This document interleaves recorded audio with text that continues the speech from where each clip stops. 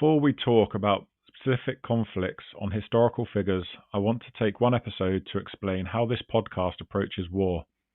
War is one of those subjects where people often know the end result, the battles, the dates, the casualty figures. Often overlooked is how and why things reach that point.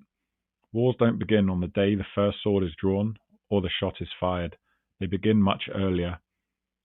Dates tell us when something happened. Context and background tells us why. Throughout this podcast, I'll often spend more time on what happened before the violence than on the violence itself. That is deliberate. Many episodes will start earlier than listeners expect. That's because long memory matters. If we truly wish to understand conflict, we must be willing to look to the past.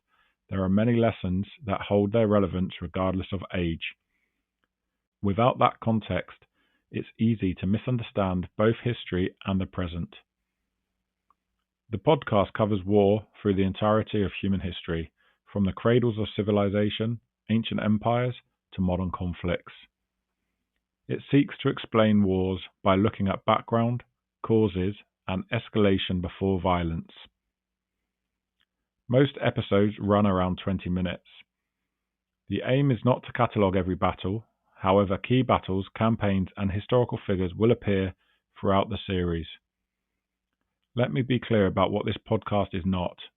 It will not mythologize war, romanticize violence, turn conflict into morality plays, or simplify complex histories into heroes and villains. History stops being useful the moment it becomes propaganda. That said, this isn't an exercise in false neutrality. When decisions are catastrophic, I'll say so. When violence makes a conflict worse rather than resolving it, I'll explain why. The aim is understanding, not judgment. One thing I'll say openly, what you hear on this podcast is a simplification. That doesn't mean careless, it means selective. The goal isn't to include everything. It's to give a framework that helps understand how conflicts develop rather than burying into the detail that obscure the bigger picture. If this podcast works, it should leave us better equipped to question other accounts of war. That is the approach of War History HQ.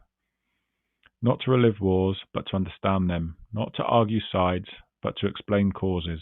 And not to simplify history, but to make it usable. In the next episode, we'll apply this framework to a real case and put it to work. This is the way I've learnt to think about war over a lifetime of interest and experience.